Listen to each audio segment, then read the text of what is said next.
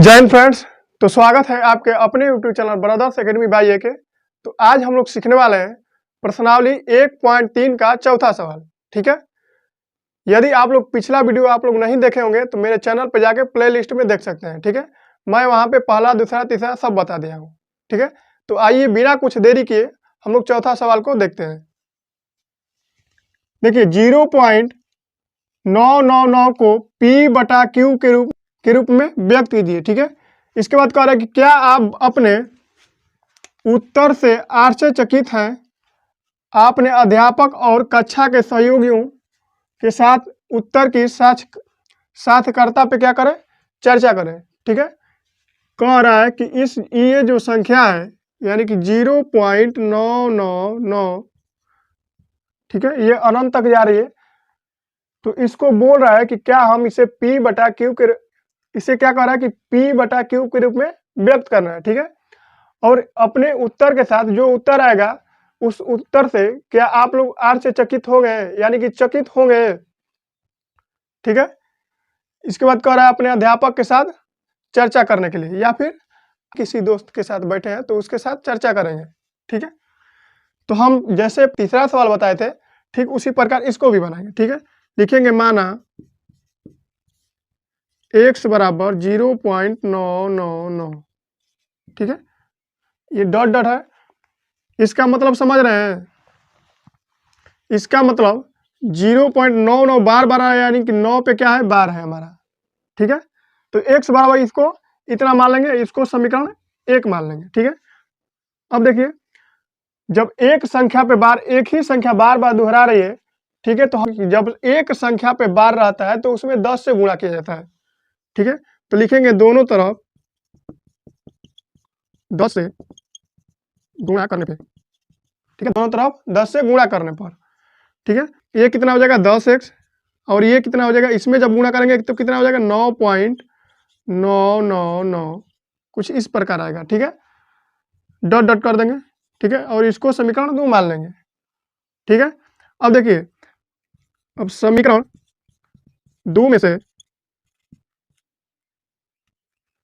समीकरण 1 को घटाने पर, ठीक है, समीकरण 2 हमारा क्या है 10x बराबर 9.9999 ऐसे करके। ठीक है, और समीकरण 1 क्या है हमारा x बराबर 0.9999 और डॉट डॉट। ठीक है, अब देखिए ये घटा देंगे हम लोग इसको।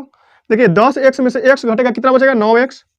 ठीक है, बराबर अब देखिए यहाँ पे कितना बचेगा, पॉइंट के जो इधर वाली संख्या होगी क्या हो जाएगी, सब जीरो हो जाएगी। ठीक है, और 9 में से 0 को घटाएंगे कितना बचेगा 9। ठीक है, तो इसको हम लोग कैसे लिख सकते हैं 9x बराबर 9 लिख सकते हैं। ठीक है, और x बराबर कितना हो जाएगा, इन लोगों के बीच में क्या है गुणा है। ठीक है, यानी कि 9/9 हो जाएगा, कटा देंगे इसको, x बराबर कितना आ गया 1।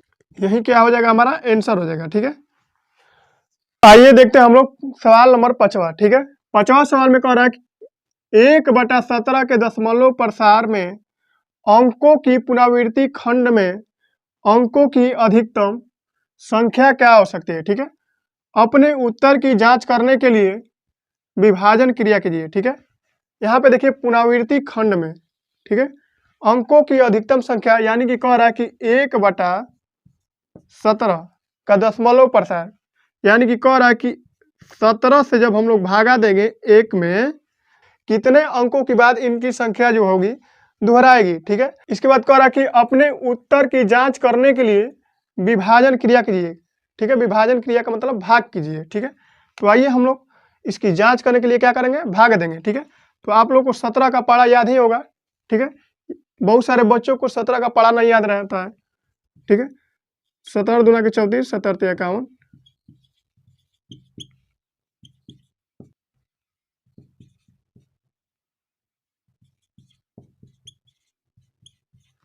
ठीक है, लोग भाग देते हैं। ठीक है, यहाँ पे 1 है तो क्या करेंगे 0 पॉइंट लेंगे। ठीक है, 0 हो गया। ठीक है, फिर एक 0 बढ़ाएंगे तो यहाँ पे एक 0 ले लेंगे। ठीक है, अब कितना हो जाएगा 17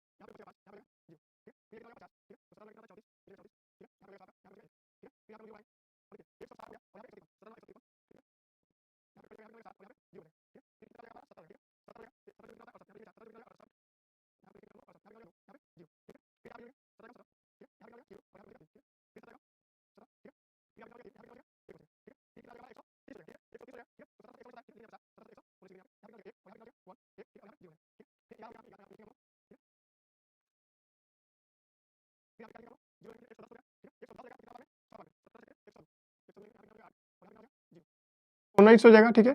तो यहाँ पे 10 में से 9 को घटाएंगे कितना बचेगा 1, और यहाँ पे 0 0, ठीक है। यानी कि देखिए यहाँ पे कितना आ गया हमारा 1 आ गया फिर से, ठीक है। यानी कि यहाँ पे कितना से चालू हुआ था 1 से चालू हुआ था और फिर यहाँ पे 1 आ गया, ठीक है।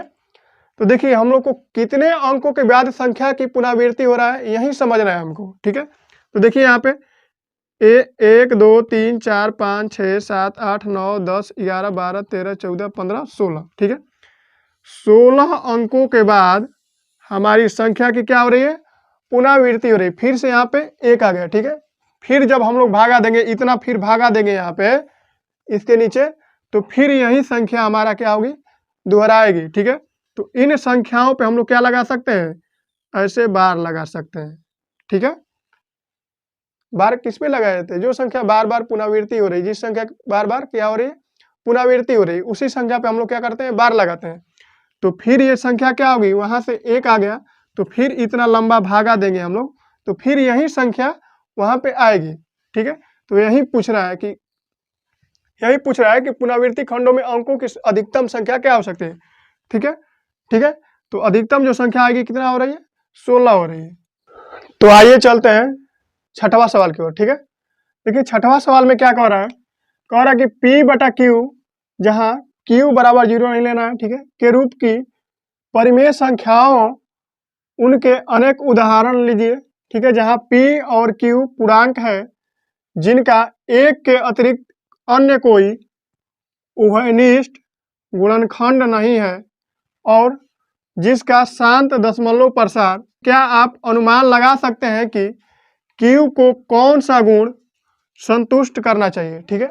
कि ऐसे 3 संख्याओं का उदाहरण दीजिए जिसका दशमलव प्रसार क्या हो शांत हो, और ध्यान रहे P और Q का कोई उभयनिष्ठ गुणनखंड नहीं होना चाहिए, ठीक है। यही सवाल पूछ रहा है। जैसे P और Q का मतलब समझ रहे हैं, जैसे मान लीजिए कि यहाँ पे 4/2 लिख दिए, ठीक है। तो इन दोनों संख्याओं यानी कि 4 और 2 दोनों 2 के पहाड़ा से क्या हो जाएंगे कट जाएंगे, ठीक है। जैसे मान लीजिए कि 8 हम ले लिए, ठीक है, 8 और 6 ले लिए, तो 8 और 6 क्या हो जाएगा, इन दोनों संख्याओं का गुणनखंड है, ठीक है। ये भी 2 के पहाड़ा में आता है और ये भी 2 के पहाड़ा में आता है, ठीक है। तो ऐसा गुणनखंड नहीं लेना है हम लोग को। सबसे पहले हम लोग ले लेते हैं 3/2 ले लेंगे, ठीक है, और दूसरा ले लेते हैं कुछ भी आप लोग ले सकते हैं 7/5 ले लीजिए, ठीक है। इसका दशमलव प्रसार क्या हो जाएगा शांत होगा। अब देखिए शांत कैसे होगा हम बता रहे हैं आप लोग को। यहाँ पे हम लोग ले सकते हैं 9/10, ठीक है। और सबसे इम्पोर्टेंट बात यह है, इसमें पूछ रहा है कि Q को, यहाँ पे देखिए Q को कौन सा गुण संतुष्ट करना चाहिए, ठीक है। यानी कि यहाँ पे जो संख्या है, यहाँ पे हर वाली जो संख्या होगी Q कौन सा गुण संतुष्ट करना चाहिए, ठीक है। तो देखिए दशमलव प्रसार कब शांत होता है, आप लोग का एक शॉर्टकट ट्रिक यहाँ पे बता सकते हैं।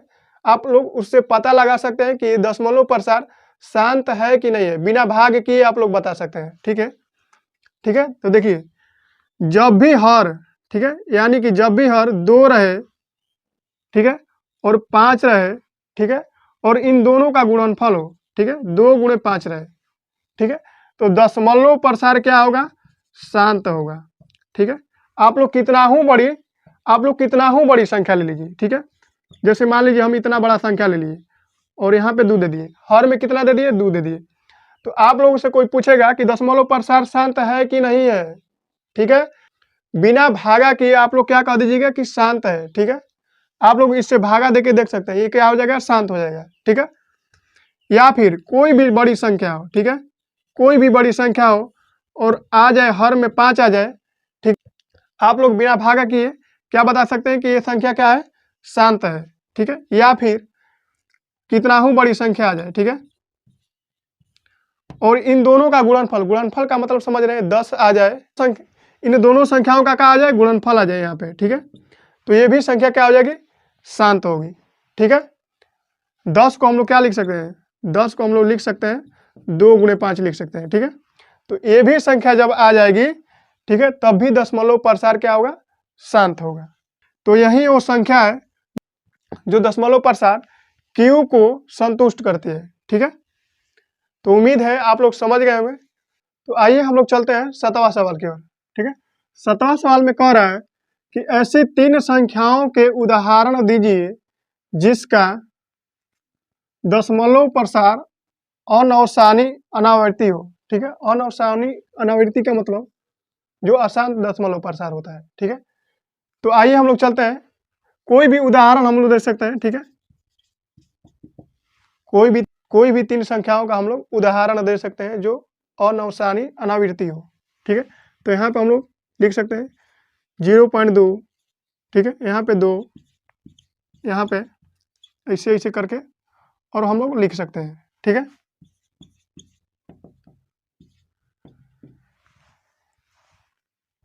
ये पहला उदाहरण हो गया, ये दूसरा हो जाएगा, ठीक है, 0.101, ठीक है, ठीक है, ऐसे हम लोग लिख सकते हैं, कोई भी संख्या आप लोग लिख सकते हैं, ठीक है। अब देखिए ये संख्या क्या हो रही है, बार बार दोहरा नहीं रही है, ठीक है।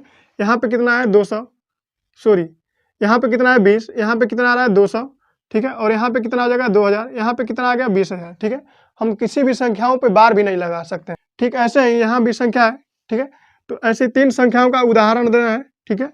तो आप लोग एक और दे लीजिए, ठीक है, 0.123, ठीक है, 1 2 3 4, ठीक है, फिर 1 2 3 4, यहाँ पे 5, ऐसे करके हम लोग 3 संख्याओं का उदाहरण दे सकते हैं जिसकी पुनरावृत्ति नहीं हो, ठीक है। इन संख्याओं पे हम लोग बार भी नहीं लगा सकते हैं, ठीक है। देखिए यहाँ पे 1 2 3 आ रहा है, फिर 1 2 3 4 आ रहा है, यहाँ पे 1 2 3 4 5, ठीक है, यानी कि ये संख्या आगे तक बढ़ती जाती है, ये अनंत तक जाएगी, ठीक है। तो उम्मीद है कि आप लोग समझ गए होंगे, ठीक है। तो आगे का सवाल हम लोग अगले वीडियो में बनाएंगे, ठीक है। तब तक के लिए जय हिंद।